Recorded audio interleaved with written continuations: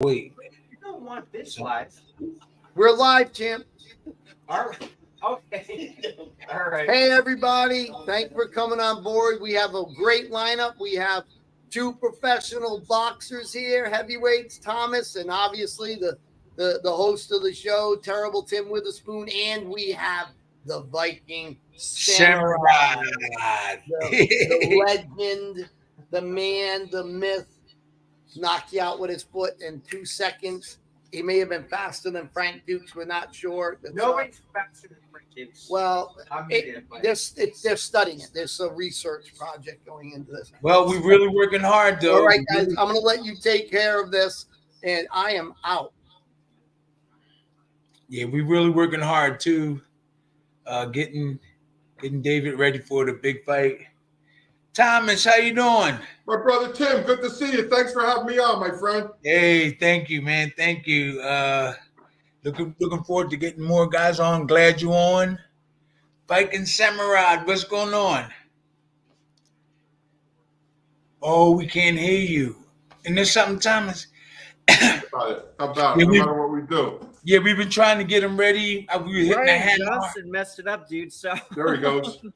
Oh, dude, I'm doing great. We had 2 amazing days of training. We got a whole lot more. You know, we just getting started. This is amazing. I started to tell him. Yeah, this is just amazing. So, Thomas, this is your first time on Tim's show. Guys, real quick, if you're watching from my channel, the Viking Samurai channel, Tim goes live every Friday night. So make sure to subscribe and check out Tim Witherspoon's channel because he's on here pretty much every Friday night live. Friday, so yeah. You guys got to subscribe to his channel.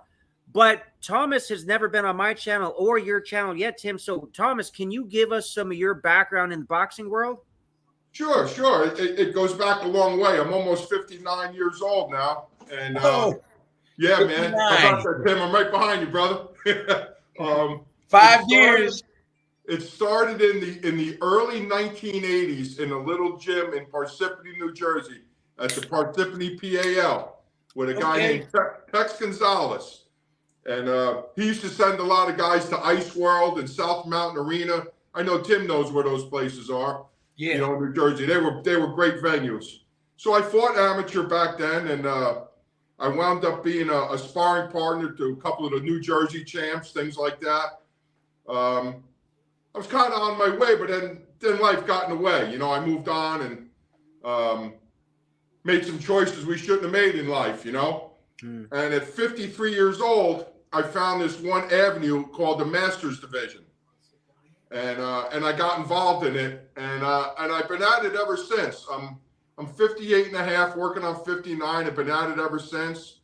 I got to fight out in Harrisburg. I got to fight in Scranton a few times, Dunmore, Stroudsburg area. In fact, when I fought in Stroudsburg, Butterbean happened to be there, so that was kind of cool. Butterbean. Yeah, that was the Bean, man. He's looking good, man. He's looking really good.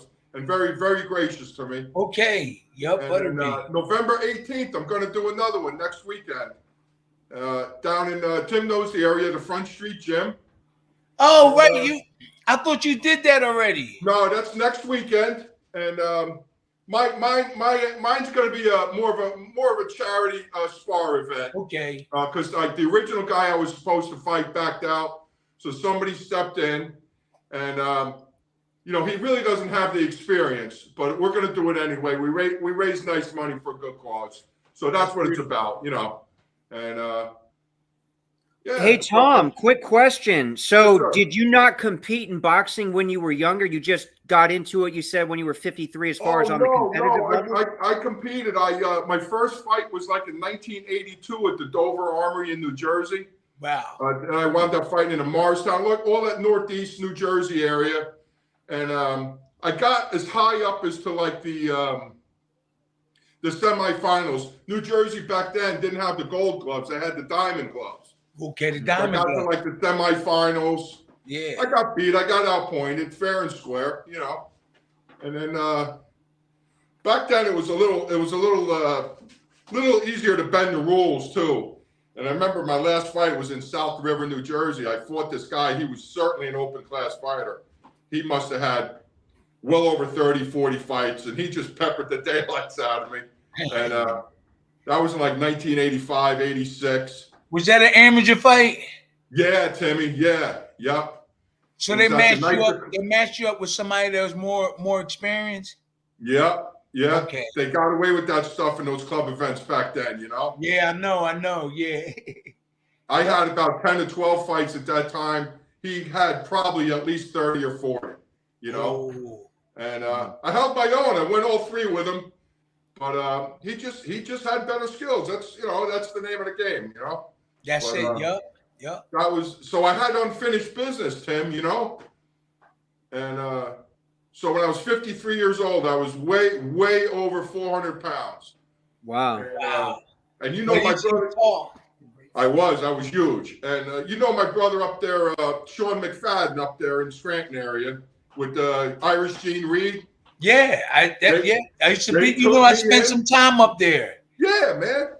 And they took me in and said, all right, Big Tom, go to work. And within 4 months, I had my first fight in 37 years. Wow. Yep. At what weight? If you were 400 pounds and then you cut down to what? 360. I went into the ring at 360. Okay. Well, let me ask you this, man. Yeah. Like, how much do you weigh now, if you don't mind me asking? Right about 355. Yeah, Okay. right there. Okay, Between so do you 348 fight and guys 350. that are usually over 300 pounds, or What's that I'm saying again? like what weight class do you fight? Like, are guys like 250, or do you fight everybody who's 300 and above? No, he's heavyweight. Heavyweight, you got So to you fight can fight everybody. anything, like, because the UFC will limit it. You can't be more than UFC. 265 as a heavyweight. So in Well, boxing, no, you it's could literally be 300 pounds. in the division I'm in, it's called super heavyweight. Okay. Now it's anybody that's over 205, which I'm actually in the process. I'm talking to some of the officials in the you know, I think there should be another division of guys that are like between 260 and say 370. That like real big super heavyweight. Sure. Yeah. Because even if a guy is 205, 206, he's considered in my division right now. You know. Let me say something real quick. Let me say something real quick. Yeah, brother. When they had them big dudes, I love to fight them bigger guys. The little ones gave me a lot of trouble. Every tall guy, 6'8", 6'7", 6, I knocked them out. I got knockouts. At that time, now they're in more better shape now. The tall big guys, Dante and Tyson Fury. But back in the day, I wouldn't mind fighting the taller, bigger guys, even though I was heavyweight. I did feel like, hey, that's different. Like the weight that's way heavier.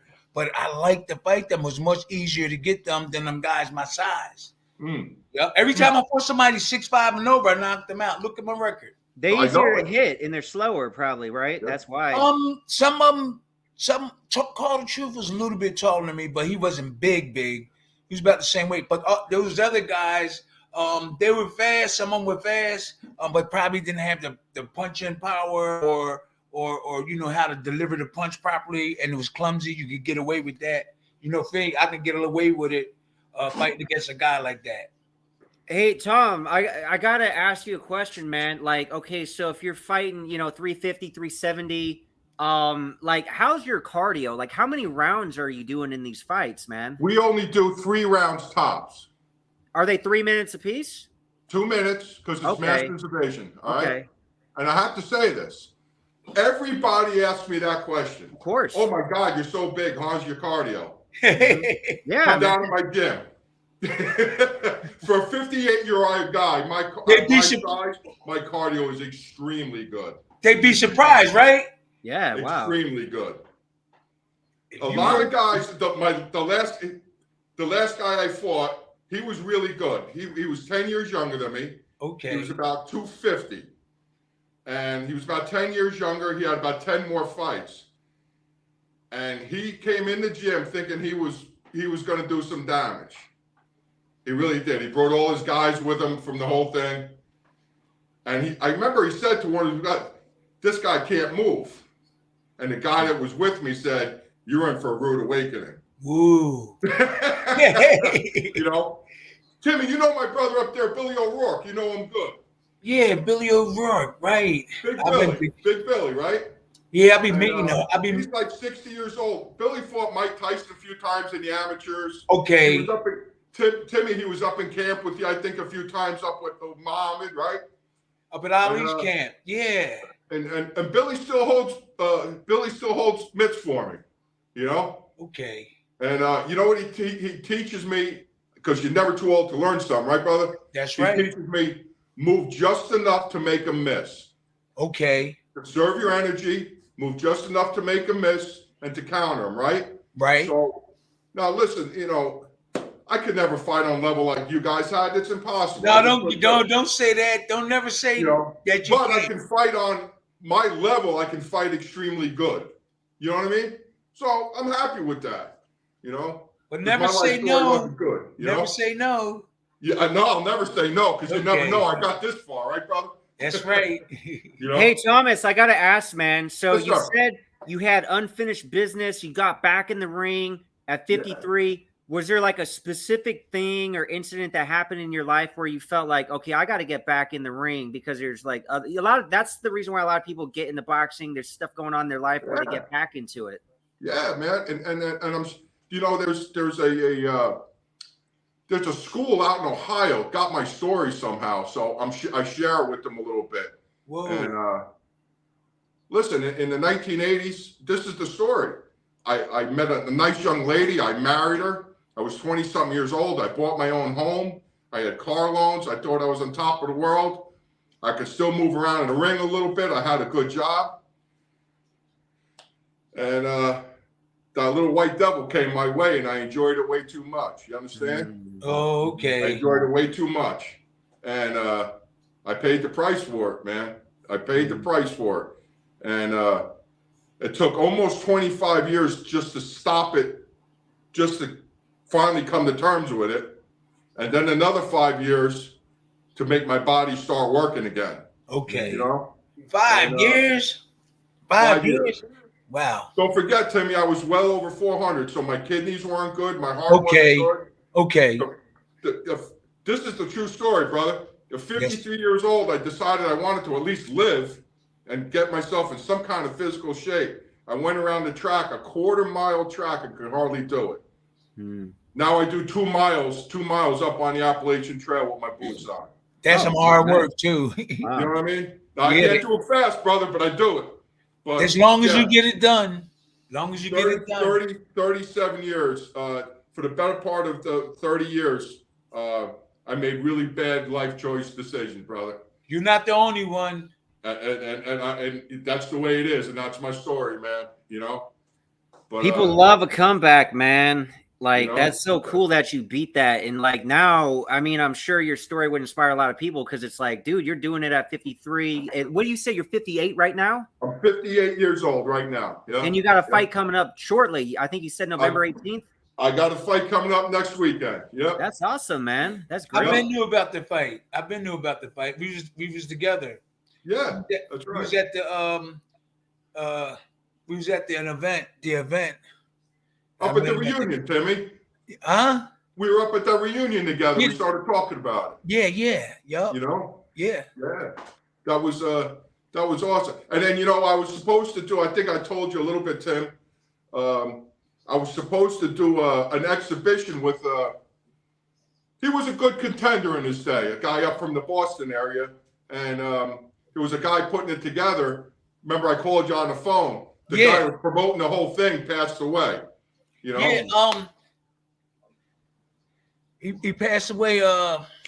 Remember Michael Murphy? Michael Murphy. Yeah, that's a shame, man. Michael's all right guy. Yeah, Michael Murphy. Yup. So that's why the show didn't go on. That's why the show didn't go on, because that's why. Yeah, everything got pushed off, and we're gonna see if we can put something together come springtime. He called me the night before too. Yep. Yeah. Called me the night before, then he passed away the next day. Yep, he called me Tuesday, and I texted him. I had sparred Wednesday night. I sparred this kid who was about 6'9", 315, 30-something years old. So I sent Mikey some pictures of it to kind of cheer him up. And his son actually messaged me back. I know you're my dad's friend. Please call me. And I called his son, who's Dempsey, and I called his son, and he broke the news to me. Very, very sad. Very sad. Yeah. Mike was a national champ of Boston too. He was a national really champ. good. Dave, he was a national champ. His weight got heavy too. He was heavy, but he was lighter. He was lighter back when he was fighting, right? Yeah, I think he was like a light heavyweight, right, Tim? Yeah, some cruiserweight, light heavyweight. Yeah. Now he like 280, 70. I don't know. He was kind of heavy. He got real heavy, and a couple months back, I went up to his father's birthday. I did go up. I promised I'd go, and I hadn't seen him in years. And when I saw him, he was in a wheelchair. You know, I was supposed to go, but I was busy. Yeah, I had stuff to do. Yeah, I got it was a nice. It was a real nice dinner to his dad. I'm glad they did it. Yeah, you know, I got to see Mickey Ward up there. You remember Mickey Ward? Yeah. I got to meet him. Yeah. Stoney, remember Stoney? That was John Ruiz's trainer. Yeah. I got to meet him. We had a nice chat. Yeah, it was nice, man. It's nice getting around, you know? Yeah. Hey, how'd you guys meet? Tom and Tim, how'd you guys meet? Like, when did your paths first cross? Well, we was at the event. Just recently. Not way back in the day. You guys didn't. No. Recently, about about 3 months ago, 4 months ago. Okay. We met. We met at the reunion, right? We met at the reunion before that. Remember when I came up when me and Billy, when I brought Billy up? Oh, we up at Ali's camp. Yes. Right. That's where we first 2 years ago. And then we just saw each other again up there again at the reunion with John Scully, right? Right. Yep. That was recently. We got to take David up to the Ali's camp. Oh yeah, I need to go. It's not that far away, Dave. It's only like an hour and 20 minutes from here. Well, that's cool. Yeah, we got to go, man. Yeah. Mick, get a hold of Mick. He'd probably, even though it's close for the season, I'm sure he'd open it up for you. Oh yeah. I'm sure he would. You know? Mick runs the camp. Him and several other guys, David. He runs the camp and keep everything in order. You know, let people rent it, all that type of thing. So they're trying to keep it moving. They're trying to keep Ali's thing moving, and it's doing pretty good. Yeah. So you can have a fight there, maybe. They got to change everything up, though. Man. Yeah. Wow, man. Yeah. That's cool. Chopping trees. Up there chopping trees. We was hitting the hammer today. After, but we did some. We did 5 rounds after sparring, just boom, boom. Yeah. You know, he should feel good. Seriously, that's a good workout today, man. Viking. I gotta have you up my way. I live right on the Appalachian Trail. You can cut all the trees down you want, brother. Yeah, why not, man? Dude, we gotta watch your fight on the 18th.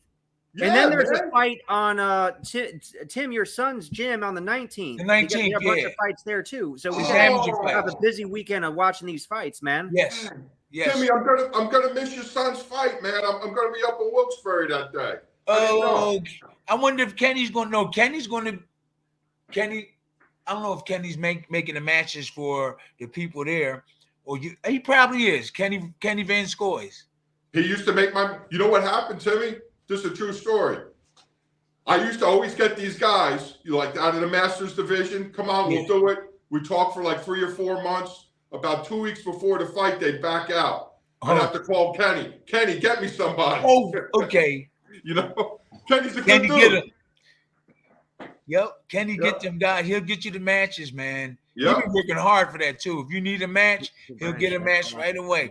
He's talking about the sparring session. He's talking about you and his sparring session to Brian. Look, you have to get ready. Put that up if you want from 8:22 p.m. You have to get some work. You have to get some work with him. Mm-hmm. So Timmy, do me a favor. Tell me about, because every guys laugh at me, right? I can't run fast and all those things no more. But I took a page out of you and Muhammad. Yeah. I put the boots on, right? And I go doing they're all like, why are you doing this? Why are you doing this? It's because when I get in the ring, my feet feel lighter. Yeah, you put the boots on, right? Yeah, man. I always wear boots. I have boots on all the time. Go ahead. Oh, let me address this comment real quick, because this is a troll. Don't even use his real name on here. This guy, we'll get back. Look, he's called Mike Honcho on here. This is Mike Seal. He said, "Yo, Tim, ask Dave if he thinks things like insulting Paul Hagel's teenage daughter explains why he's been blacklisted from Hollywood for the past 20 years." You know how stupid this comment is, by the way? This guy, and only my audience would get this, and a couple of people that follow me on Instagram, but this guy's been going after me forever. And I'll tell you why. Like, this whole like Steven Seagal, Katherine Heigl thing happened because I was on a show called So Bad It's Good, where they watch bad movies, and we watched Under Siege 2, which I think is a good movie, and I was defending it, but everybody on that YouTube channel hates Steven Seagal, you know, because for various reasons, whatever. People can hate him if they want. I respect Steven Seagal because I appreciate legends of the past who did amazing films. In the 90s, he did some of the best action films ever, and I know for a fact his Tenshin Aikido is legit because I trained with his top student, Sensei Elliot Freeman in St. Louis, and he showed me this stuff, and I'm a lifetime martial artist, and that stuff is very effective despite what some people think about the watered down Aikido. That's not what Steven Seagal has ever done. But I had made a comment like, because Katherine Heigl was on a talk show where she kind of like jokingly said some stuff that Steven Seagal said to her when she was underage. And I just said, hey, look, if there's any allegations towards Steven Seagal, we don't know if that's true or not. That's all I said, you know? So this guy's been after me ever since. So his comment here, because I've been doing all these movies lately, and they're all coming out next year, start next year, he's saying that I've been blacklisted from Hollywood for 20 years because I was living in Hollywood 20 years ago. I went to film school. Yes, I went on auditions. It is very hard to break in the business. I always knew I needed a different way in. Obviously, like you, Thomas, my life went a different direction. I know I've never got involved with like, you know, the things you got involved with, but I had to make a living doing normal jobs like normal people. The fact of the matter is only 2% of SAG union actors even make a living from acting. So this guy's going after me. It's just like, dude, I'll be the first to admit I didn't make it 20 years ago or 15 or 10 years ago, but I found a different way in and now I'm doing shit. And this guy's been hating on me ever since.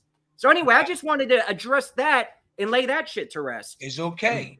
It's okay. Right, keep talking. Keep talking. Enough about that guy. I just want to get that shit off my chest because he's been trolling me on Instagram for the last few days.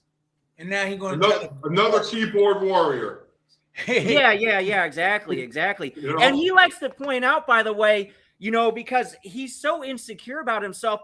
Well, I've been in the industry for 15 years, and all the movies and shows I have been in, like my movies grossed over $2 billion at the box office. It's like, dude, let's get real. Not one person on this entire planet went to any of those movies or watched any of those shows because of Mike Seal. Not one person. Nobody knows who you are. Wow. Anyway, rant over. Let's get back to cool ass boxing history discussion. No, this is we like this kind of stuff. Way to go. Man. We like that kind of stuff, and they do too. Thank you. Who's that? Maurice, $5. Hello, Maurice. Is that Maurice? Maurice, yeah, $5 donation. Thank you, Maurice. Thank you. Go ahead, keep on. Let's keep it going. Let's get some more positive shit going because I'm all about positivity, man. All right, let's Trolls go. will never face you, Viking. That's what Maurice Not after said. Training with you, Tim. Not after training with you, man. We getting that Philly shell. It's getting tight, man. That's right. That's right. Brother, how you training with Tim? Little boxing, little everything. Everything. Oh, dude, I'm learning the secret from the master, man. People don't train. People don't teach what Tim knows, man. They don't do it these days. That's right. He's working hard. Those little things, I catch them just like that and work on them. But like I said, we was doing the hammer today. You've been lifting weights. He got his own routine. He don't wait for nobody. He just go in there and start lifting or go ahead and start doing stuff. He boxed he just played around with some of the amateur guys. I'm trying to help him with like the Philly shell stuff. His defense is going to be tight. Right now it's a little loose, and it tight sometimes. It's loose, but you're gonna have it all together. We're gonna have it together in the next 5-10 days. Yep. Oh yeah. Countering off his defense. He's starting to do that. You'll hit him, boom, counter. Boom, uppercut, catch a jab, counter. That type of stuff we're gonna work on in the next couple of days. Beautiful. Now, when's your fight, brother? We don't have the date yet. Now, there's a couple of tentative dates in different events that this could be on, but it's not. We don't have the exact date. This is actually against an ex-UFC fighter named Nam Phan, first Vietnamese UFC fighter. He has some pro boxing matches, so that's a great first opponent for me. Now, there are different people. And they have a valid point as far as saying this guy's trained his whole life. He's done professional fighting his whole life.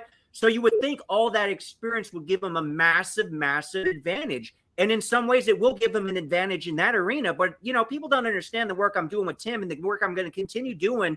We're going to get the work in. I've only been training with Tim when I got here, for this preliminary camp for 2 days. We already put 10 hours of solid ass work in, man. And we got a lot more to go for this preliminary camp. But then when we have the real date finalized in the event, you know, it's going to be a real camp. I'm going to be there training. I'm going to live like a monk. I'm going to be eating clean. I'm going to be doing all the work I need to do. I got all the heart. I got all the discipline. I got the best trainer. So Nam could have all the experience in the world. But look, I got a lot of stuff working in my favor too. That's right. Beautiful. That's right. Hey, Timmy, he's going to be ready. Timmy, you know this too, right? It's not just the physical ability. It's what's in your mind, right? It's That's that right. mindset, you know? He'll feel more comfortable knowing that he can block these punches. He'll feel really confident that he can counter and stuff. We're going to be working on countering. I want to work on slipping with him a lot. I did a little bit, but mainly just blocking what's coming in front of his face now and body shots. Blocking what's coming in front of his face, body shots, and countering back is what we really start working on. And we could tell anybody because they won't be able to stop it when he get in the ring. His opponents and everything. Let's give a little couple of shout outs. George Sapati, he was on our podcast. He said, Viking, you can fight. And Bruce Gass, Boxing Jazz, and more. Salute. That's Bruce Gass is one of our guys. He's one of our guys that we come on. He's part of the team. You can even read some, unless you got something to say. Read some of these so our fans can get involved with the show also. Oh, here's one. That one guy Bones. He said, "Hey Viking, were you involved with any more episodes on Brandt's channel?" Yes, I was. There was one more episode we watched. What was it? What they usually watch on his channel, which was a beyond horrible movie. I could barely finish it, man. I was just like, man, I can't believe they could sit through that. I give them, I couldn't sit through that. I mean, I sat through it because I was on their show, but it's like, I don't know why they do that to themselves, to be honest, man. So I was on one more episode, and it wasn't controversial because that Steven Seagal episode, for example, when we did Under Siege 2, because I like Steven Seagal, I respect Steven Seagal, but because of that, and his audience is so anti-Seagal, I think Jason had to shut down some of the comments because people were just like, they treated me like the Antichrist. It's like, dude, like wow. I can't appreciate a guy, his martial arts and his movies. I never said he was like the greatest man on the planet. I just said, hey, look, I give respect where respect is due. Right. Right. That's what anybody. Hey, what can you say? That's it. Give it respect when it's due. Yeah. That was pretty good. Mr. Man, Tim, when I get paid, I will see you, man. We got any more stories while I read? Hey, champ. Hi, guys. Okay. So this up and coming training we're gonna do. Like I said, we've been doing the hammer. So when I go in, sometimes I feel really sluggish. I just go right on the hammer, and after 5 3-minute rounds, I feel like a brand new person again. That's right. Okay, with Jesse Ross, the Jay Ross. Oh, Jay Ruse. That's my boy Jay Ruse. Viking will knock out whoever steps in the ring with him, strong-minded and physically fit. Definitely strong-minded, definitely physically fit. Now, Tim is teaching me the counters off the Philly shell. So, yeah, I do got the power if I can land those shots, for sure. For sure. Oh, I'm confident. With the defense, I love showing, I love teaching because it's so easy. It's so easy. I don't care if you don't get it this time, that time. I like to continue on telling you how to get it. Oh yeah, that's something about me. I like because I see it start molding in. You know what to do. Keep the defense tight. That's what I was trying to get him. Everybody, I was trying to get him to do this first, and and he was countering off of it because at first he was just going on like that. Now you can see it coming. He's gotten it tight. He's working on it. He's even blocking the jabs when they come in. And if the hook comes, he's putting his hands back. So I'm impressed. He's going to be all right. He's coming, man. I love to do this stuff. My trainer great. taught me some good stuff, man, and it's working. They say you're going to be all right. Down to me, man. I'm honored you're passing it down to me, man. Passing it down. Yo, you're going to have to pay me if you become a trainer. If you become a trainer, you got to give me some money. Dude, we get the big fight. Trust me, man. I'm taking care of everybody who helped me. Speaking of which, Daniel Velez, are you going to make a mini documentary of the training process? Well, we're going to be shooting some YouTube content. Though, if you talk about like a real documentary, I know an amazing documentary filmmaker. So when we get our big fight, and this is after NAMFON, you know, we'll use him to make a statement, but there'll be a bigger fight next year. And yeah, we could tie that into a documentary because there's a bigger story. This is way bigger than me, man. I mean, we got the real Rocky, the real champion from Philadelphia involved. In fact, let me tell you the ultimate fight. And again, people will say I'm crazy and delusional. All I'm doing is thinking big. And some of these people already know who I am, you know, so I'm making progress in what we're going to do. Like this would be the ultimate thing. And I'll throw it out there. Whether this happens or not, we're going to get something at least equivalent. So Roy Jones Jr. has been training Mike Perry. Mike Perry's great fighter. Roy Jones Jr. legend. What we need to do is, because I know you want to come back for an exhibition match, what we need to do is get Roy Jones fighting you, and then the guys they train, Mike Perry fighting me. Mike Perry already knows who I am, by the way. You know, because people say, oh, these people don't even know who you are. They know who I am. So, like, you know, I'm making enough noise where people like, oh, they at least heard of me. See, that's step one. I'm in their head. They heard of me. And now when they see me knock out NAMFON, they'll be like, okay, this guy can actually do shit, you know? I'm ready for that. I'll knock Roy. At this age, I'll put something on Roy. Oh, yeah. Yeah, we cool, but I'll put something on him. At this age, I'll still do it. You see how I've been doing. You see how I've been going on that hammer, stand straight. You're like still in exceptional shape, man. Like you're still in exceptional shape. Like, can you imagine the legendary training masters of boxing doing the exhibition and then their students fighting each other? That's a cool event, cool. Man. Yeah, that's good stuff. Yeah, ooh. That's good stuff. Okay. And some of you guys are going to need sparring partners. If you want big stuff, you got to think big, man, and you got to put a plan into place. Like, I'm out here in Philly training with Tim. Mike Perry already knows who I am. So, like, I'm taking the proper steps. I'm not just like talking to talk like in my basement alone. You know, I'm out here putting in the work and like getting the word out, and like people have heard of me. So I can manifest this stuff into reality. Whereas people say, "Oh, you're delusional. It's never going to happen." Well, just because stuff never happened in their lives, they don't have to throw that my way. But see, that's what they're doing. The people who say that it's never going to happen are the people who are generally on a bar stool or sitting on their couch. In order to make something happen, you got to get up and give it an effort. Thomas, here's the sad thing. All these people could do what I'm doing, man, but they've already given up on themselves. That's the issue. There's guys just like me that could do what I'm doing. Yeah. But instead, they'd rather criticize and put down than saying, come on, let's do it. It's way easier. How do I know that? I had 11 cancellations in 3 years. Wow, 11. Man. 11. Ain't that good. They just, you know, everybody, right, Timmy? Mike Tyson said it but everybody's got a plan until you get punched in the face. That's true. I mean? But, hey, you know. Hey. Okay, we got my buddy, my family member from England, Uncle Tim. Hope you will, whatever. Pete says call him. That's the UK family. He said the overhand right to teach him the overhand right.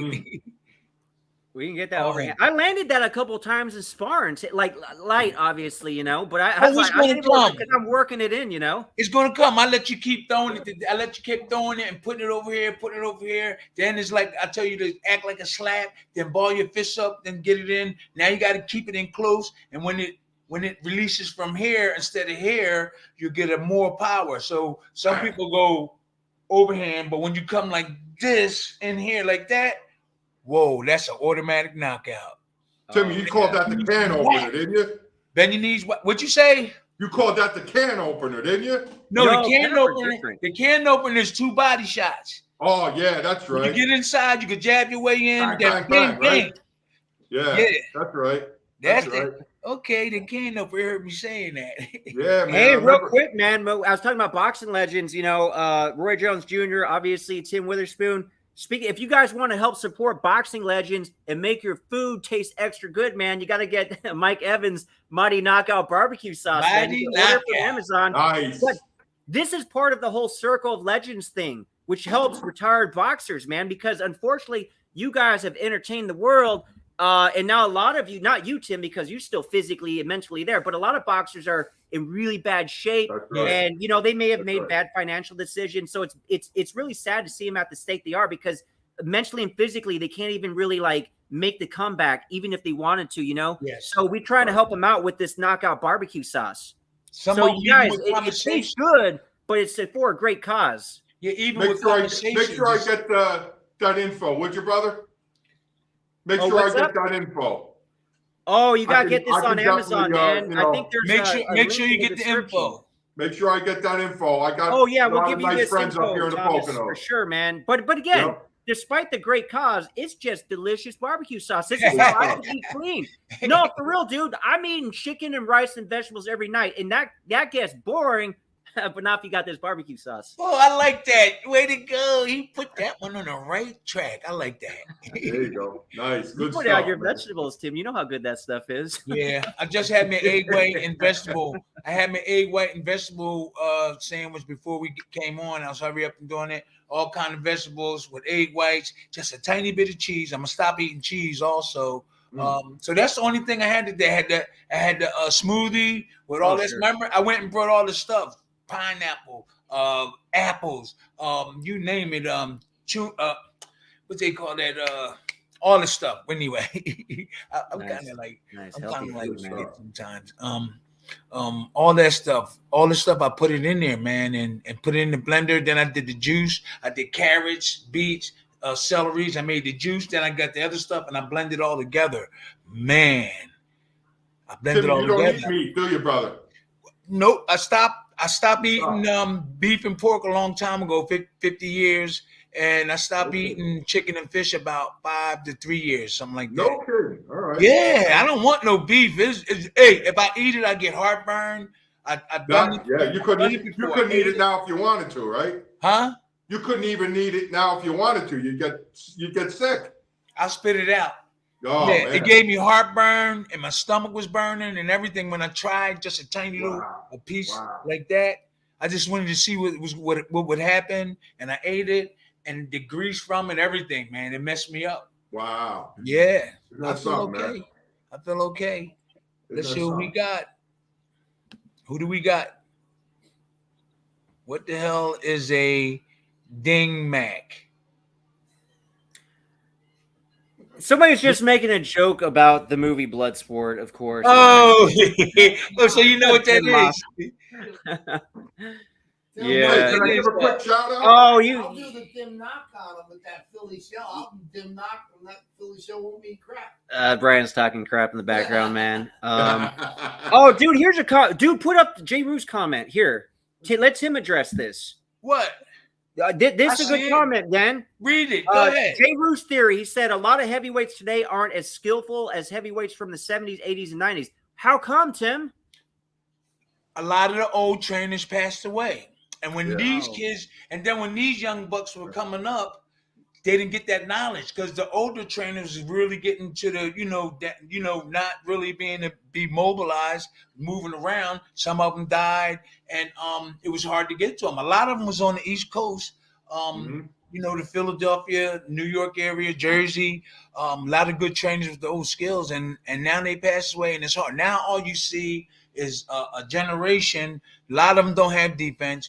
We talked about this before. Look at the heavyweights. Deontay Wilder. Look what just happened to Tyson Fury, who's got plenty of heart. He hit the canvas. Deontay Wilder hit the canvas. Anthony Joshua hit the canvas. All those guys, and even in other weights, they hit the canvas because of their defense and other things.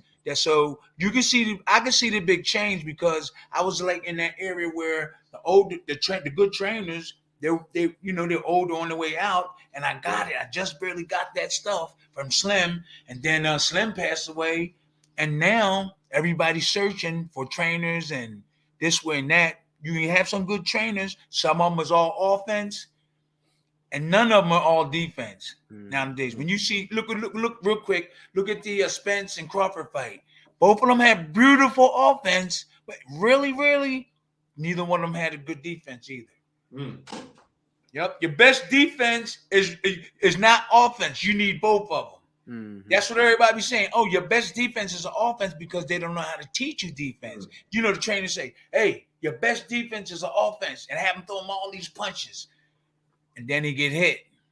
So you need both of them. But if you do offense, there is champs that made it, but some of them can't talk.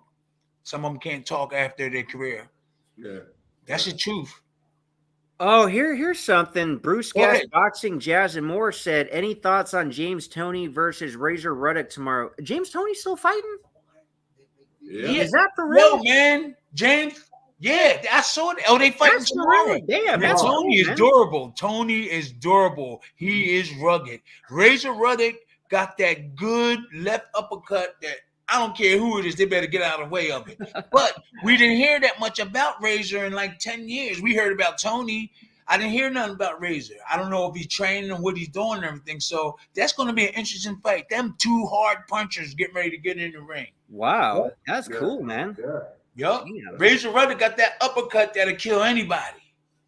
and Tony, he just hit you, but he's built to the ground like a tank and keep coming at you and never quits. He could take a real good punch. Oh, Tim, Jay Rooster, he says, James Toney, great defense. You're the defense specialist. What do you think about James Toney's defense? Well, I was telling people too at one time when James Toney was doing his roll, he always rolled this side, but never rolled on this side. So all the time you see James going this way, and throwing his punch. Then one time I seen him go on this side. But if you watch James Toney, he keeps his shell tight and he keep his shoulder up and depend on that just one whip this way. And he just got plenty of heart. But he has a good defense. But I do see little stuff in his defense that he could work on. But he's already past his thing. He made money for all the tough guys. You know, so whatever, keep doing what you're doing now. And you know, it's almost over. He's getting ready. He's not going to try to go for the title again, but if he do, you know, he's just gonna have to just tighten up. There's nobody he got a good tight defense. Yeah, here's more information on that fight. Bruce Gas, Boxing, and Jazz and More said they're doing it in Jamaica tomorrow night at 9:00. So Jamaica. That's cool, man. They paying Jamaica, raised the money. Oh, we gotta get you a fight in Jamaica. Yeah, man. I love. We be partying on the beach afterwards, man. Whoa, so Tony going over there because it's Razor. He's got to be making money for that fight, man. I mean, he's like, you know, what is he? Somebody said he's 59 years old now. Who, Tony or Razor? I guess. Oh no, Tony's 55. Roddick is 59. Yeah, okay. Hey, that's cool, man. That's a hard fight, man. Tony is. They're your age, Thomas. Like people still doing it, man. Like, you know, never quit. Don't stop. Quit. I mean, listen, those guys were champs of the world, right? So why not be able to do what they can still do? Okay. You know? Especially what some of these guys, I mean, to bring it back to what the Tysons and Francis made, right? Call it whatever you wanted to call it. Doesn't matter. The thing is, they brought home a bankroll, you know? So do it. You know, guys on my level, if you can do it, do it. You know, why not? I don't care what level, but real quick, we got somebody, and I'll briefly tell them what happened. It said his name is Vegan Hegler, right? Tim, is it true that on my channel all the time? What do you say? Yeah. Oh, Tim, is it true that you threw the James Bone Crusher Smith fight? Yeah, the second one. Real quick, we knew that Tyson, Don King wanted Mike Tyson. He didn't care about me, Bone Crusher. I don't care who the heavyweight was. He just wanted to get Tyson. And so I had already beat Bone Crusher almost. It was a 12 round. I beat him like 10 or 11 out of 12 rounds. Stepping to him all along the way, every round. I was banging with him, and I wanted unanimous decision. But then the business was started. It been going downhill, but they, you know, Don King wanted Tyson, and we knew he was just lining us up like, you know, back to back, fighting each other. So I already fought. I was supposed to give Tony Tubbs a rematch, and because I smoked that weed and got in trouble, I was supposed to give him the rematch real quick, And so I knew Don King didn't care about me, didn't care about Bone Crusher. He was trying to get Tyson. So I said, man, you know what? I'm not going to do this because I was supposed to fight Tony Tubbs, give him a rematch. And then he snuck Bone Crusher in. He snuck him in, and I said, "Oh, I didn't train to fight Tubbs. I trained to fight Bone Crusher. I mean, I didn't train to fight Bone Crusher because Tony Tubbs was a mover and stuff like that, right? I didn't train to fight Bone Crusher. So about a week, 10 days before the fight, I just made it plain. I said, I'm getting away from Don because I got ripped off before. Fought Frank Bruno, only went home with 90,000. Frank Bruno went home with $1 million. And I said, nah, that's it. I'm gonna make it clear. I said, nah, that's it. We tried to find out if it was a 3 knockdown rule. My team, they knew it was gonna go down. And I said, 3 knockdown rule. I said, yeah, I'm not gonna go 12 rounds and not get the fight. And it's a hard fight. Yeah, it's a hard fight, 12 rounds. And I wasn't in shape. I took off. I thought I was going to fight 5 days in that period. So 3 knockdown rule. And if you watch the fight, you see me acting. I'm acting. Okay, the second Bone Crusher fight, everybody. Let's move it on. Come on. Alexander Lako asked me, Viking Samurai, will you ever meet Frank Dukes in person and train with him, maybe pick up a few pointers? So I talked to Frank the other day. He lives out in Vegas. So next time I'm in Vegas, yeah, of course, I'm going to meet up with him and some other people I know in Vegas. Who's Frank? Frank Dukes is an interesting individual. I don't know how sincere Alexander is with his comment, if he's just sincere or if he's just making a joke. I've talked to people that have trained with Frank Dukes, and despite what anybody believes about his background, whether it be Kumite or secret black ops operation missions for the military, I was told by people who've trained martial arts for a very long time that Frank Dukes actually does have some very interesting stuff to teach. So I'm open-minded enough to see what, if anything, Frank can teach me. So yeah, when I meet up with him in Vegas, I'll have dinner, I'll hang out with him, and we'll see if there's any martial arts magic tricks that he could show me. So I'm open-minded enough about that. He's an interesting individual. I like him. He's a nice guy. Daryl Porter said, how are you handling taking hits, Viking? You didn't take none yet, right?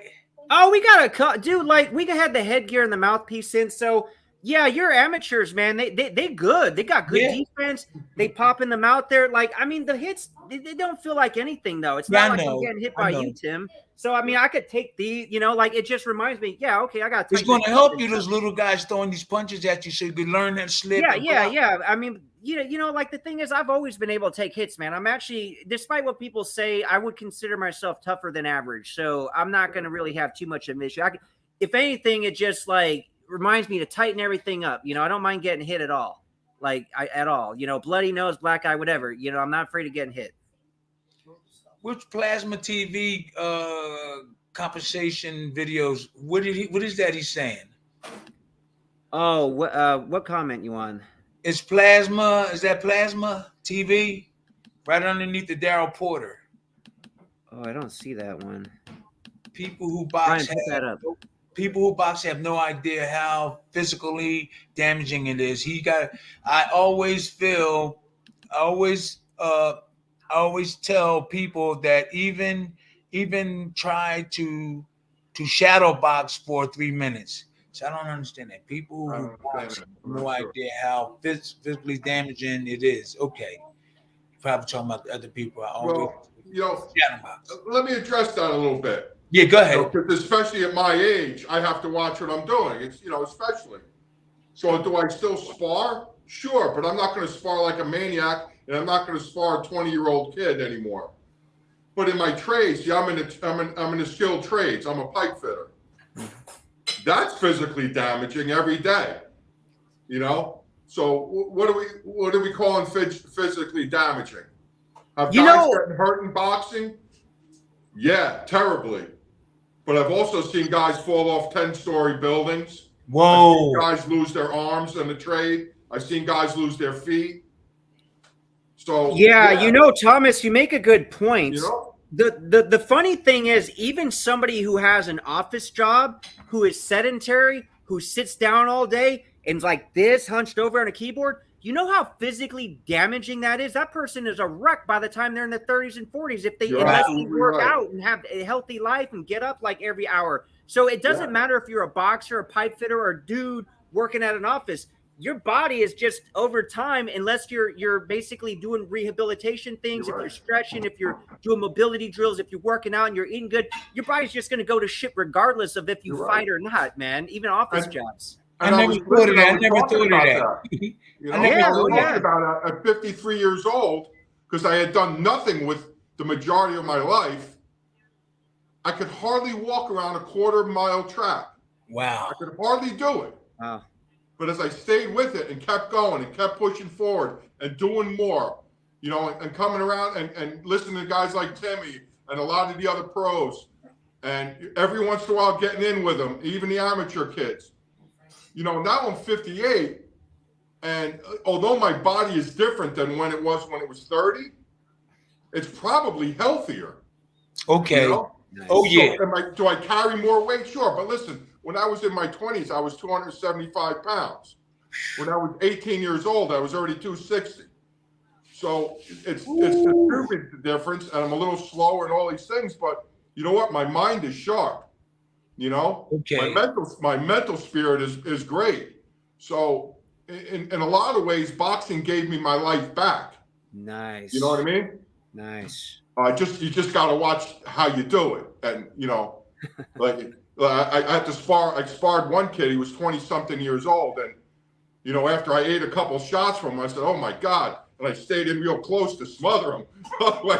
You know, but that's where like the guys like Timmy and the guys that came before me taught me to, you know, you don't have to take those shots. You can cover up. You can slip. You can even cross. Oh, I see you. I see you. You know what I mean? I see you get me into it, Tim. Somebody said, did I ever break my hand? Oh, God. I broke right here. This here is called the boxer's bone. Yeah. And I didn't know that until I broke it. So I went to the doctor, and so I went to the doctor, and he was looking at my hand, and I said, yeah, I think I hurt my hand real bad. They took the x-rays, it was broke. And he said, yeah, you know what this is called? He said, yeah, this is called the boxer's bone. He said, don't you know how many boxers came in here that I had to fix their here? They called this the boxer's bone, this right here. So I was throwing the left hook. I think it was Al Cole. I broke it in the second round in the Al Cole fight, and I went on to win a decision, but my hand was broke. So I threw a left hook, boom, I hit him in the head, I think. But and really what I hit him and caused this to break right in here. They put the cast on and everything. So this is the weakest part of your body, guys. Oh boy, my hand, that's my burn. Let me see, right here. This is the weakest part of your body. So you're supposed to punch with these two knuckles here. Everybody that's looking. And you're supposed to turn it in at this destination. Boom. Like that. Keep it here. Boom. Try to practice that. Because I found out that these two bones right here are the strongest part of your hand. All this, don't try to hit on this side. I know that now I know that David might say something about martial arts when they do like this. But I found out that this part, these two knuckles or this part of the hand is strong. Now, David, I know you do martial arts, but which part of the hand you be hitting like this sometimes or whatever? I mean, for certain moves, yeah, you would use that, you know. But yeah, of course, like for punches, I mean, sometimes you'd use all, but yeah, they'll even teach the first two knuckles, man. Hey, there's a good comment from Joshua Sassfire. Can you pull that one up, Ryan?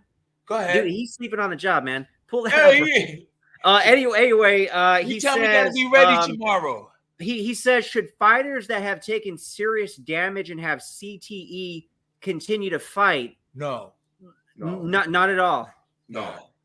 Okay. No, I don't think so. And then at what level? Like, how do you define? That's subjective. What is serious CTE? It'll get worse. It'll get worse. It's just going to get worse. You shouldn't fight on any level, in my opinion. Yeah. So do you think there should be an intervention with their friends and family? Because look, fighters don't want to like stop fighting, obviously. You know, I think the commission should talk someone out of it. I think the commission and people that have the authority should have a group of people that that go ahead and handle that type of thing. I don't know if they have. I know you get the doctors, you get the appointment, and you go to the doctors and get a physical. But there should be some serious people, helping these guys with their brains and stuff, getting hit all the time. You know, the interesting thing is, I don't even know if they can diagnose it until they do an autopsy, though. But people will see signs on how somebody speaks. Well, talking. You know, they could say, "Oh, yeah, I think that guy probably has it." You know, but I don't think they could definitively say until they're past and they can look at their brain. Yeah, I'll be forgetting a lot. I was just going to talk about you're memory still loss. sharp, man. You still got your mental. That's probably because I'll be looking at the girls walk by. I'll lose anybody's concentration, man. Some of them, you know, you're like, wait, what was I thinking? Yeah. All right, David, come on. Let's see what we got. Unless you got something else. Okay, here's another thing. So Bruce Gas, Boxing, Jazz, and More. He said CTE. Oh, okay. So he did confirm what I said. He said CTE can't be diagnosed without an autopsy, so it's kind of hard. That's what, unless they have new tests in the future, I don't think they can diagnose that, man. Wow. Yeah. But you got to be able to see the symptoms, though, right? If you go to a doctor, especially if you want to fight, you know, the doctor's got to be able to see some symptoms in you. I that's just what I'm thinking. I don't know, but I'm bringing up that question. You would think, because Jay Rue's theory commented Riddick Bowe's speech is pretty bad. So you guys probably you ran into him recently, haven't you, Tim? Riddick Bowe? Ran into who? Riddick Bowe. Within the last year, yeah, I ran into him. He has a problem. He does. That sucks. Yeah, he has a problem. Damn. All you got to do is try to find something on the internet with him talking, and you'll see for yourself. Yeah. Miss Bitch says salute Viking Samurai. She's a regular here. She said salute Viking Samurai. How's your day going? It's great, man. Okay. Great day. Good stuff. Thank you, Miss Bitch. With the name, how can that? That's the name. She must be. What weight class are you going to have this fight in, brother? Oh, the weight class. Okay, so this is interesting, man. Because usually, I will always pretty much consistently stay between 180 and 190. You know, like if I get a little sloppier on the diet, eating whole pizzas and all this stuff, I could gain and lose weight very quickly. I could blow up over 200 very fast and still actually have visible leanness. Or I could cut down real hard. Yeah, I love pizza, Tim.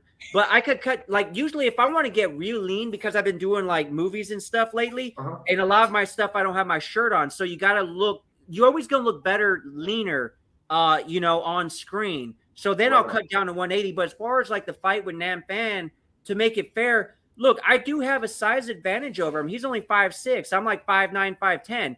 And he walks around at 165. So I told him, look, just try to bulk up a little bit so your 170 shouldn't be that hard. And then I will do a hard cut, lose a lot of water. I don't want to sacrifice muscle. I'll do a hard cut.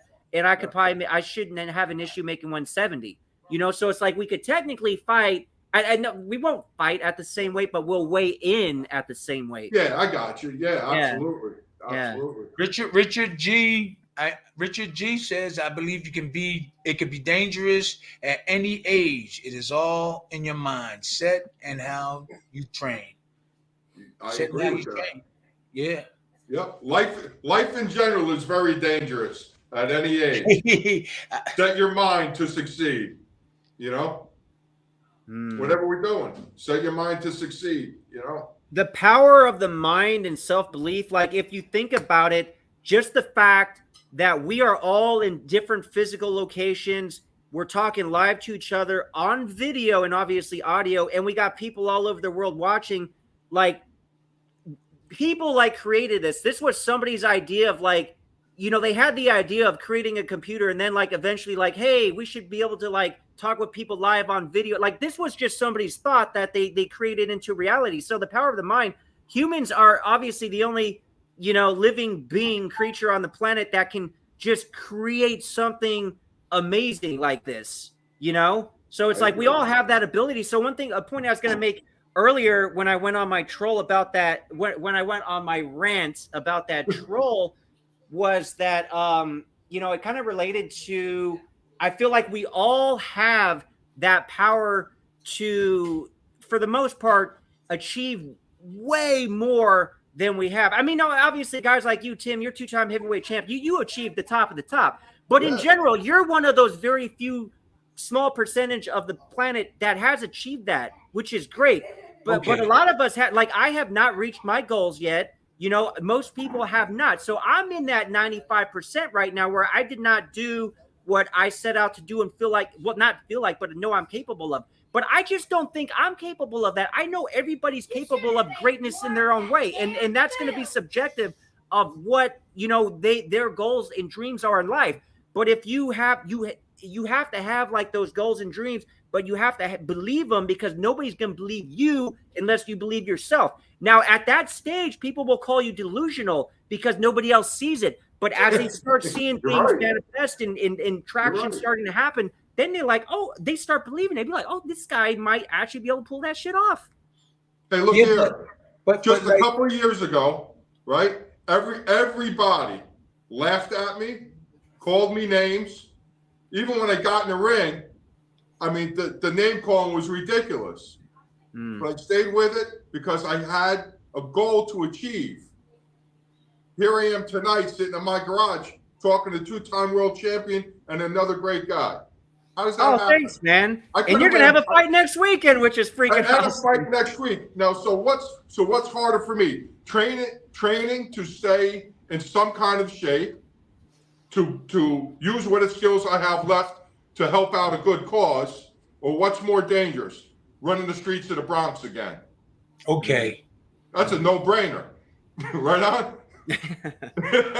But I reached my full potential, champion of the world. I had 3 other titles, but I don't feel like I achieved all that stuff because of the business part. I was robbed, and I was robbed and mismanaged, and so I was searching for that feeling, and really never reached it. So I was robbed from it.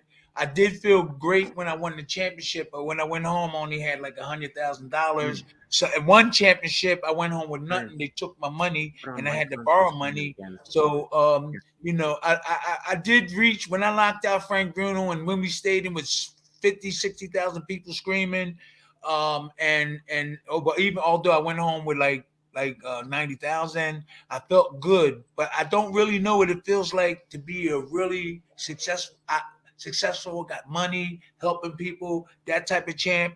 I feel like I gotta help boxing out now because I'm not up there, but I'm still down here trying to find my way to the top.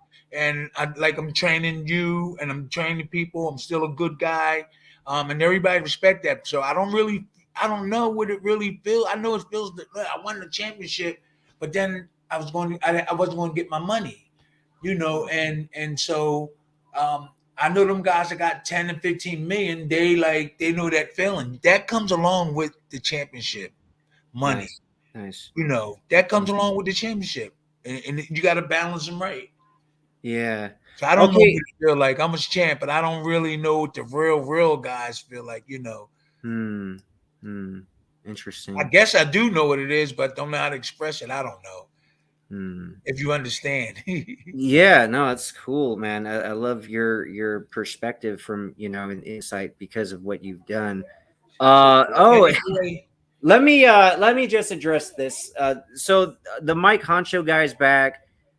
Sounds like Dave is planning on how to back out when Nam, like he did with Justice, Sad Internet Warrior, 172 fight gyms in Los Angeles. Dave, any day of the week, say when. So the thing, okay, let me just address this more for my audience here, because I don't think about the Nam Fan fight, Tim.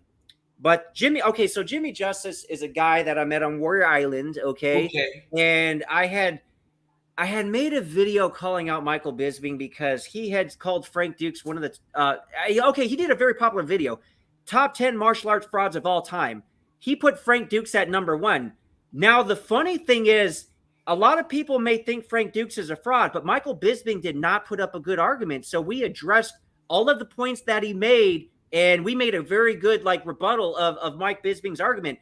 But for fun, I put out there, hey, since Mike Bisping thinks you're full of shit and have no knowledge, no wisdom, nothing with the martial arts, how about, and because Michael Bisping put out a challenge to Frank Dukes, by the way, who is a 60-plus-year-old disabled veteran, I said, Frank, let's do this. This is just fun. And I would actually do this for real.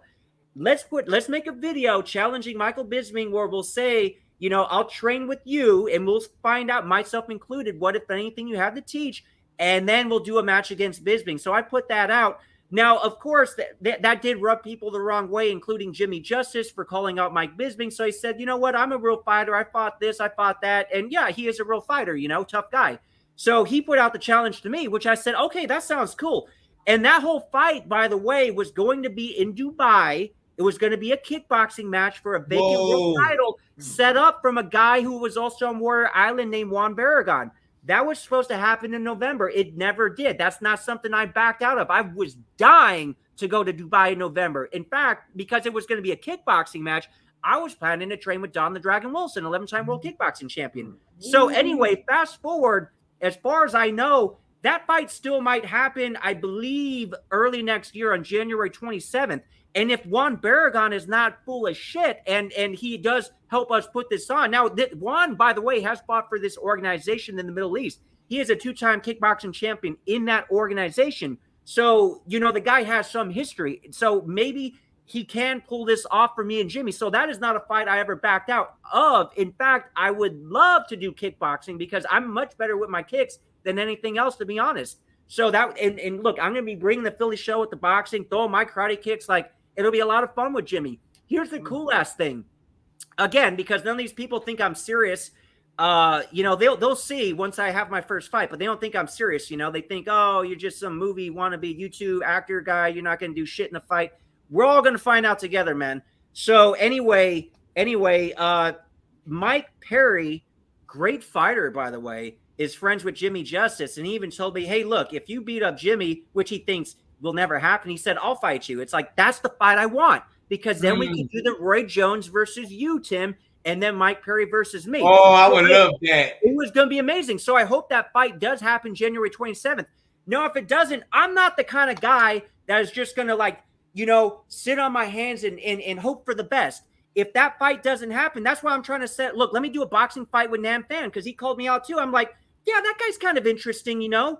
Like, he's an ex-UFC fighter. He made it to the highest level, which is the UFC. He's done pro boxing. He's got a great history. So to me, I would only do fights that make sense. Now, when this Mike Seal says, oh, do a gym fight, I have no interest in that because it doesn't align with my ultimate goals and objectives of trying to get bigger fights. Yes, I'm out here because I want the audience, and of course I want to make money. I'm not going to put my health at risk just for a gym fight. There's no point to it. So, look, I'll be nice for a moment, even though this guy trolls me all the time, talks shit, doesn't give me credit for anything that I've done. And I've done some pretty cool ass shit this year, to be honest. But whatever, he wants to take all that away and put out all these, like, you know, false assumptions on his part that I always shut down with actual fact. Okay. I'm always the guy that will give credit where credit's due. So when I said, you know, and you could look this up statistically, there are only 2% of SAG union actors who can make a living acting. As far as I know, he's one of those guys. So I give him credit for that. Good for you for making that 2%. That's great, dude. But you should be a lot happier and positive with your life than shitting on other people who aren't there yet, you know? Yeah, that's I'm crazy. not there as an actor yet, but you don't got to shit all over me, dude. You know, you want to shit on 98% of SAG actors who don't make a living acting? Fine, if that makes you feel better, but you're kind of a fucking asshole, to be honest. And the other thing, I'll give credit where credit's due, like, because I looked him up. He's had, you know, he's a real fighter. He's had a lot of fights. He fought for Bellator. I think that's about the highest level he got. So I give him credit. Okay. Yeah, he obviously trained for a long time to make it to Bellator. So I'm always the guy that's going to give credit where credit's due. So I'll give him credit for making a living as an actor and getting into Bellator. That's cool, man. Because I'm not a fucking hater. I give credit where credit's due. That's cool. That sounds pretty good. You got George Zapata want us to come see him. Viking, I got to talk to you and Tim this week. I got something. I'm trying to line something up. George is on a podcast. I've been knowing him for years. He's got his own bagel company up in Hazleton area. And he's a really nice guy, George Zapata. So we'll decide on what to do, okay? That's my man George Zapata. He Oh. did last week. Well, I get, so this guy, that one guy, Bones, I guess he's down for gym fights. He said, Mike Honcho, come to Kansas City and I got you. So you guys want to do gym fights, fine. I'm a guy that specifically has certain goals and strategies in place with what I want to do, and it's not gym fights, man. I'm looking, look, I can't say too much, Tim, and I don't think you can either right now until we get our press release later. That don't make sense. Gym fights. It doesn't. But Tim, like, we got something huge set up for October 24th of next year. Like, we can't talk about it right now. It's related to Circle Legends. That's where I want my big ass fight, dude. That's potentially where you could fight Roy Jones Jr. We can't talk too much now, but see, that's I beat Jimmy, I beat Nam Fam, get a little momentum behind the name. We're gonna have that big ass event. See that, like, I don't need a gym fight. I want like, I put it out there what I want, Yes. It makes no sense for the gym fight. What's that do for me? It's not about my effing ego, dude. I don't need a gym fight. No problem, Miss Bitch. No, the lady, she's friend. Go ahead. Thank you. Miss Bitch said something nice to me. Thank you. Go ahead. So what I don't understand is a lot of these guys are calling out, and why would you call somebody out and then invite them to come to you? If they want to call you out, why wouldn't they come to you? I'm sure you get it all the time, Thomas. You know what I'm saying? I get the same thing, even in a different area. And finally, I just tell them, listen, this is where I'll be. This is where I train. And, 99% of them go cricket. You know what I mean? Mm-hmm. They're done. But, yeah, it stinks that, you set goals, you share your goals with somebody else, and then instead of them they don't even have to wish you well, just accept to what you're doing. And, people like to shit all over you, So yeah, I'm just going to say to them, let them do them and you do you, man. That's it. Who we got this guy? I'm sorry, I'm going to cut you off. Who we got this guy? I'm sorry about that. He says the super aesthetic athlete. Read that. That don't Fighting in gyms is the dumbest shit. Just take it to the streets with no gloves at that point. So look, we're all men, man. And every guy, to a degree, has a certain ego, and people can get under their skin where they would just want to beat the living daylights out of another man. But the thing is, look, there are legal repercussions. I think most guys, when they get older, realize, look, it might feel good in the moment, but is it worth it? There's going to be courts. There's going to be jail. There's going to be all, I could understand the warrior aspect of wanting to take it to the streets, but if you think about it, like, okay, what's going to happen, dude? You could lose your job, you could lose your family. It's just not worth it to have that immediate satisfaction because there's too many repercussions afterwards. Use your head so you can make money. Fight the regular way, fight the other way instead of just fighting for nothing. Yeah. Damage your hand up like you could damage your hand up like I damaged mine. Yeah. Why don't you be smart? Super anesthetic athlete. We have nothing against you, but fighting in the ring is much more better than fighting in the streets. Absolutely.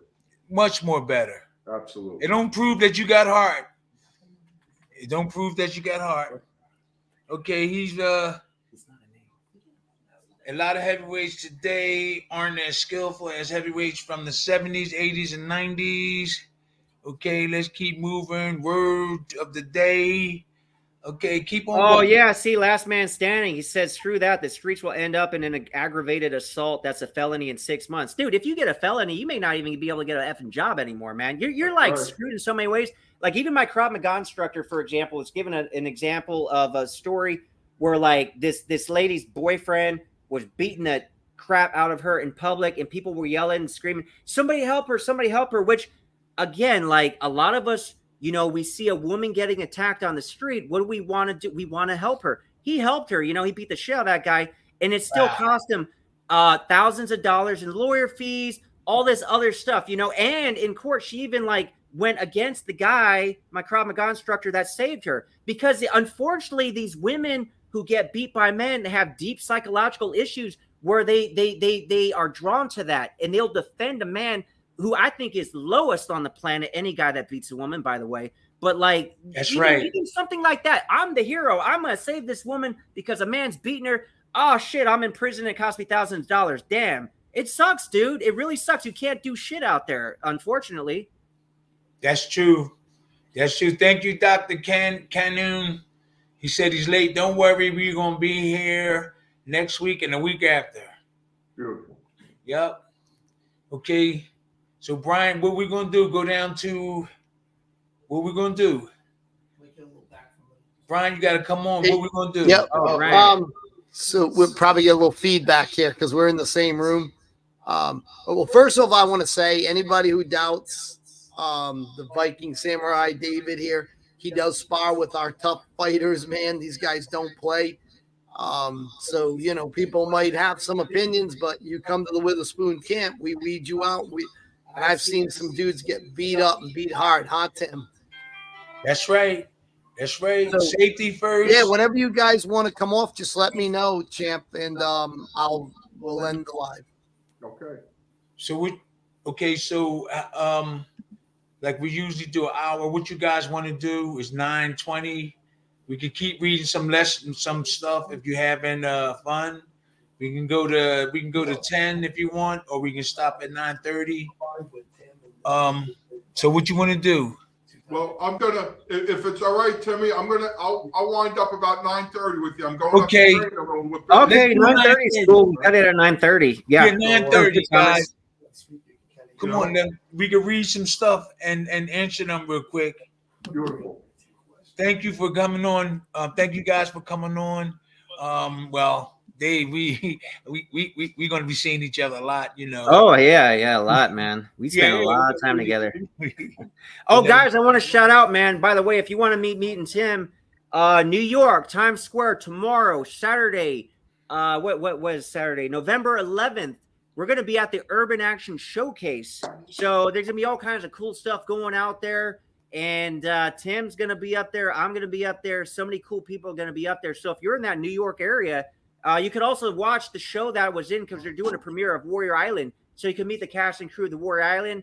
And we're gonna get you on season 2, Tim, because you're gonna bring the Philly shell to Warrior Island. So the cool ass thing is, like, I play the Viking Samurai on the Warrior Island show, and I'm training with Tim in real life. But also next year on the show, I'll be training with them on the show as well. So will some other students. So it's very cool. It's very cool to blend the fictional world of film and TV with the real world, you know? Nice. My dad. Oh, he said that. Okay, the J Rooster. Okay, I'm just sparred and had a ball. Nothing quite like boxing. Keep reading them down, and then we only got like 7 minutes. Last man standing, and exactly, it's called Gravity. Somebody got to read better. I wear glasses. Oh, Brian's on the phone. He's pulling the comments right now. Ooh, look at all. Whatever you think the good ones are, Brian. No, yeah, he can put them up, but Brian always on the phone doing business, man. He said that he's helping a big part in that big ass event next year, man. I can't wait till we can talk about it, dude. This bitch said you should order some pizza. Oh, well, I'm in training right now. I'm gonna fight next week. No pizza. You guys, Thomas, like your diet, you could, like, I don't know how clean you're eating, but you fighting as a super heavyweight. So do you still eat pizza and all this stuff going into fight camp? Maybe once a week, brother. Okay. Wow. Generally, here's what happens. The J Root, 6 to 8 weeks out of a fight, I go down to chicken, fish, veggies, 60 ounces of water, you know, and that kind of thing. okay. Am I going to say I never eat that kind of stuff? No, I'm a heavyweight, man. I eat it sometimes, but yeah, not too much anymore though, man. You know, I just maybe I'm getting older, but I just can't eat that kind of food that much anymore. It's weird. Yeah. The J Root theory says the mind is the control panel. What you guys think?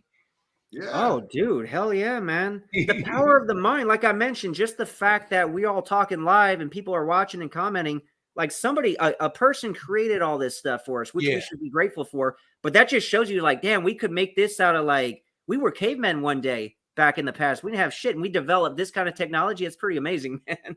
Hey, I think you should read what Mike Hamancho says.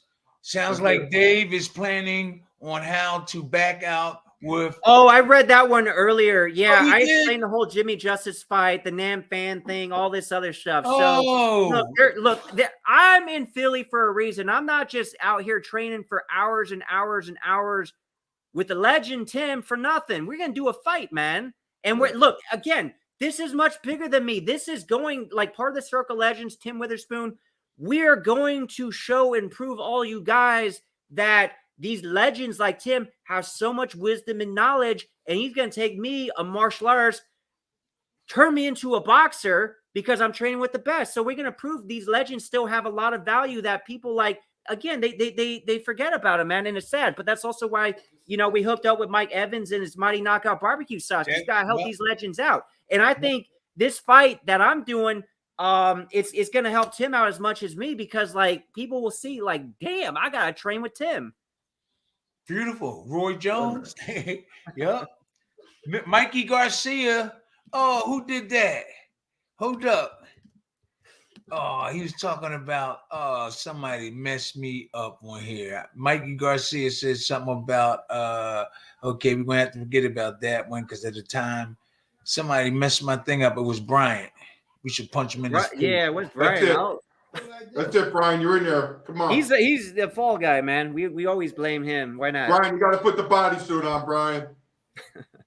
Damn, I'm getting beat up by everybody. Come on. Hey, you know, Timmy and Dave. Well, I'd like to after my fight, if you guys are still around, I'd love to come down and maybe spend a half hour in the gym with you and say hello to you and stuff like that, man. No problem. Listen, this is what we can do. This is what we're gonna do. We're gonna have a barbecue, and we're gonna use Mike Evans' Mighty Knockout Barbecue Sauce. How does that sound? I love it, brother. Hell yeah, man. Heavyweights coming to a barbecue. You better, man. I'm gonna have to put mine on egg whites. I'm mad too. Put it on some veggies. Maybe watch you train a little bit. I'd love to meet you, Mike. You know what I mean? Oh, absolutely. Oh, here it is. The J. Ruse theory. He said Mikey Garcia had pizza for a pre-fight meal. I don't think you can't get no energy out of that that pizza, right? I mean, the carbs are okay. I think that carbs would weigh you down, though, But hey, if it worked for him, if he won that fight, good for him, man. He's having his cake and eating it too. So, can I share a funny story with you, brother? Oh yeah. So, my very, very first amateur fight ever, I was about 16 years old, and and you got Tim, you can attest to this. Like the day before, the day of, everything goes wacky. And I went down to the park and I was playing ball with my brother instead of like sitting and relaxing. And then I came home and my uncle called and he was talking to my father. He says, how's Tommy feeling? How's he doing? And my father says, he's doing all right. He's eating a sandwich. And he was like, wow, that's it. And but that was just like, that was my way of making the nerves go away. I was so nervous. What I did real quick? I thought about all the guys I boxed, and I thought about all the sparring guys that I sparred, because I sparred some good guys. And in my mind, I'm waiting in the dressing room. I'm saying, wow, if I did this to him, this guy can't beat me. So when I'm sitting in the dressing room, got my gloves on, my hands wrapped, even before that, I'm sitting around thinking about who I sparred. And some of the people that I sparred was better than the guy that was fighting. That's what gave me a lot of confidence too. That's what helped me do it. I was like, wait a minute, I'm gonna get this guy. I sparred with so-and-so, and he one of the baddest guys around. And that's what gave me confidence a lot of times when I got sit in the dressing room waiting for it to go out. I said, man, I'm gonna be all right. And then my trainer, I knew I had a good trainer, good defense. So you just brought that up, Tim. I was gonna bring that question up to you. That hour or so before the fight. Yeah. Especially like you were, how many times in your main event or championship, you were always like last. And brutal. I have to get there at noon and my fight don't go on till 7 o'clock at night. Right. Oh, mother of gosh, Yeah. But I was fully confident. That raced through your mind. Yeah, really. I was fully confident. You always get them nerves. Everybody get that little nervous thing about them, but that confidence will be a little bit above that nerve. That nerve be here, be itching at you, scratching you, but you always here. Like when the confidence I had. Some people confidence be like that. Some people be like that, but it'd be fighting each other, and then you go like that with the confidence in the corner. I mean, and when you're in the dressing room, everybody, you ain't normal. You're not normal if you don't get that feeling. We were just talking about that today with a guy about the fear, right? Yeah. Face everything. Fear is like the fire, right? You just face it. Okay, I like that. You know what I mean? Yes. If you can control the fire, you got something. You're the master of the fire. But if you can't control the fire, But we were kind of talking about that. I was listening up to a guy today, and it kind of made a lot of sense. Come on, Viking, take it home, because you got to take us home when we get ready to come off. So you get one we'll get one. You go ahead, and then I'm just gonna say, see y'all, everybody. See you next time. Go ahead. Yeah, just like I said, man. If you guys are in the New York area tomorrow, go to the Urban Action Showcase, man. There's so much cool stuff going on. And then, of course, Tim's going to be out there, so you can meet us, man. So make sure if you're in that area, you got to go there, man, because also the 50th anniversary of Enter the Dragon, arguably the greatest martial arts film of all time. Beautiful. So we need to see it on the big screen, man, at the AMC Theater in Times Square. It's going to be so cool. Wow. Outstanding. Okay, you got the last. Thomas, what do you got? Any last words? Man, here it is. This is my big thing here. November 18th, next Saturday afternoon, at the famous Front Street Gym where Creed was filmed.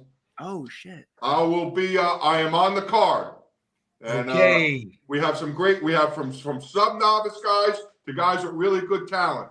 If you're in the area, if you want to come out, it's donations only at the door, and it's for a great cause. So if you want to come see the big guy fight, come on out November 18th. I'd love to see everybody, man. Awesome, man. Love to see you all.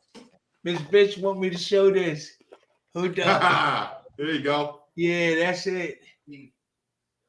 That's Sweet. it. But let me tell you real quick about this. When you win the title, they give you the original belt that everybody wore. You put that on, and then about so much time after that, they'll give you a duplicate. So this is a duplicate. Actually, they didn't give me, because I was feuding with the promoter Don King. They didn't give me a belt. So my manager in England, Kevin Baker, this belt came from England.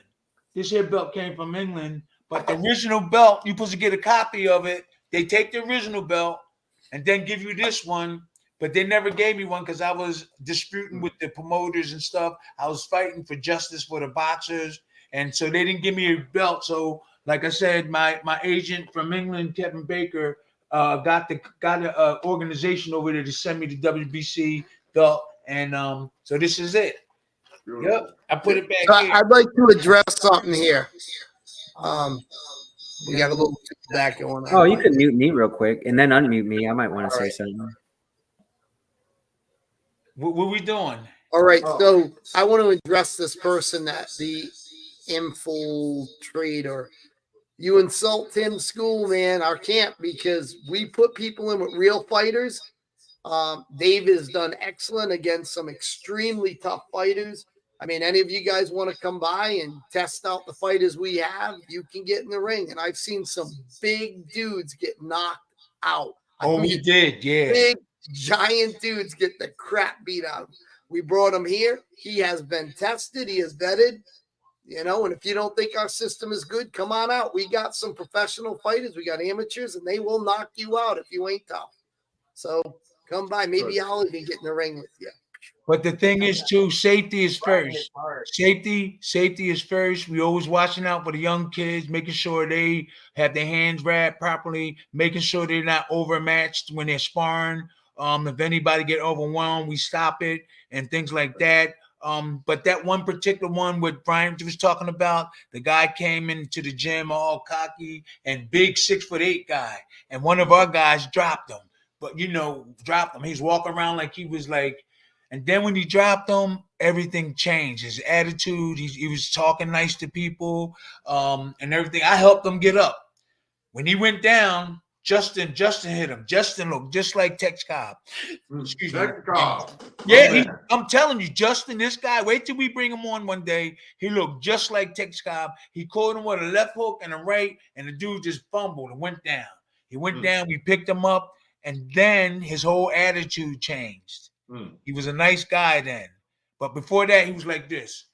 Like Jorge Gonzalez. When I knocked Jorge Gonzalez out, Randy Witherspoon, $2, thank you. Yeah, I knocked Jorge Gonzalez, and he became a man after I knocked him out. You know, so yeah, I don't never really do that to people, like get cocky and all that kind of way, you know, because you know the repercussions could be really bad.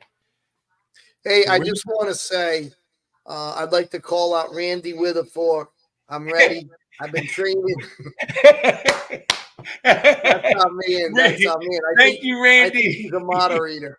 That's the man, isn't it? No. Okay, so next week, you got anything to say, Dave? Next week we're I'm going good, man. People know we're at the Urban Action Showcase. Thomas, you got your fight November 18th, so that's going to be awesome. And after the 18th, I want to reach out to you. Come down and see you guys. No problem. Love to. Problem. Hey, I'm going to have you at my house. We will have barbecue, brother. I'd love to have you over. You're an amazing guy, everybody. Bring the meat, brother. Bring the meat. Got it. I'll get your name right. I kept calling you Billy. Man. You are Tommy in my phone. My man. Guys, love you guys. I'll talk to you soon. Thank you, Love you everybody. too, brother. Thank you, everybody. All right. Be well. See you at the Be next well, show. everybody.